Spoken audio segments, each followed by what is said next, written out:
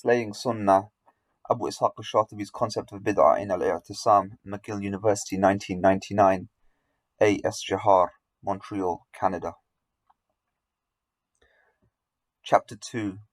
After covering very briefly Shatibi's quite pivotal role in the development of maqasid al-Shar'iyya, which is the higher intents of law, we now move on to a separate topic which deserves its own video, which is Ijtihad.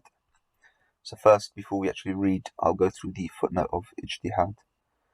To practice Ijtihad, according to Shatibi, a mujtahid must meet two qualifications. The first is to be able to understand clearly the ends of the Shar'iyya, meaning the maqasid of the Shar'iyya. And the second is to have knowledge required to derive conclusions by his own abilities. And this was mentioned in al-Muwafaqat fi Usul al-Shar'iyya. Wa'il Halaq defines Ijtihad as the maximum effort expended by a jurist to master and apply the principles and rules of Usul al-Fiqh, legal theory, for the purpose of discovering God's law. And this is a very famous thesis which was called Was the Gate of Ijtihad Closed? 1984. Halaq challenges Shat's thesis that the door of Ijtihad was closed at the beginning of the 4th century of Hijrah in An Introduction to Islamic Law, which was published in 1964, especially on pages 69 to 75. Halaq believes that theoretically and practically speaking, the door of Ijtihad was never closed. His monumental article, basically a concise summary of his PhD dissertation, has been reprinted many times. See Ian Edge, Islamic Law and Legal Theory, and also reprinted in Halaq, Law and Legal Theory in Classical and Medieval Islam, 1995. Hobink, who's another academic, tries to reconcile the position of Shat and Halaq on Ijtihad by saying that the two are basically two halves of the same truth. Shat, according to Hobink's view, is referring to the Ijtihad of the independent mujtahid mustaqil, while Halaq includes the affiliated mujtahid ghayr mustaqil. See Michael Hobink, Two Halves of the Same Truth, Shat, Halaq, and the Gate of Ijtihad. So Ijtihad, according to Shatibi, has two things. The first, clearly understanding what the rules of the Shar'iyya are, maqasid al-Shar'iyya, and having the knowledge required to arrive conclusions by his own abilities. Halaq just defines it and lays it out a little clearer. Now, back to the thesis.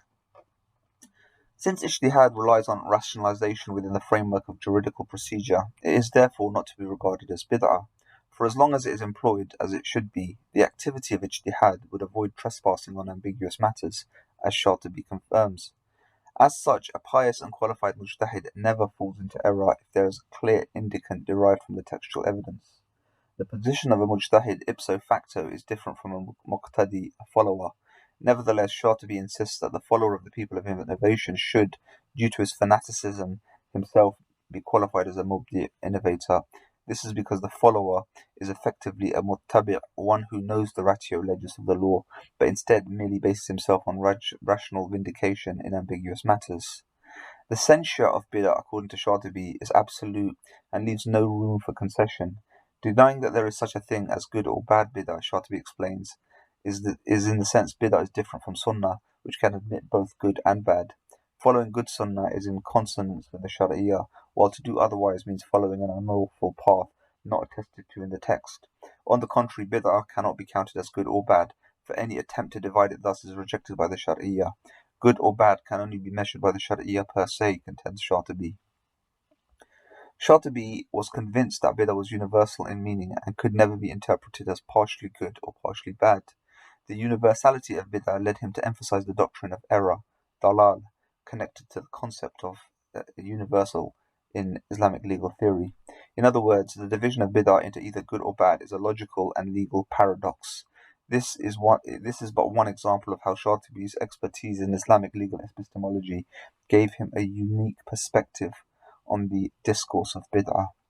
The kunya of bid'ah, according to Shatibi, is substantiated on 4 counts. First, the term bid'ah is, on the evidence of the Shar'iyya, absolute and universal, leaving no room for exception.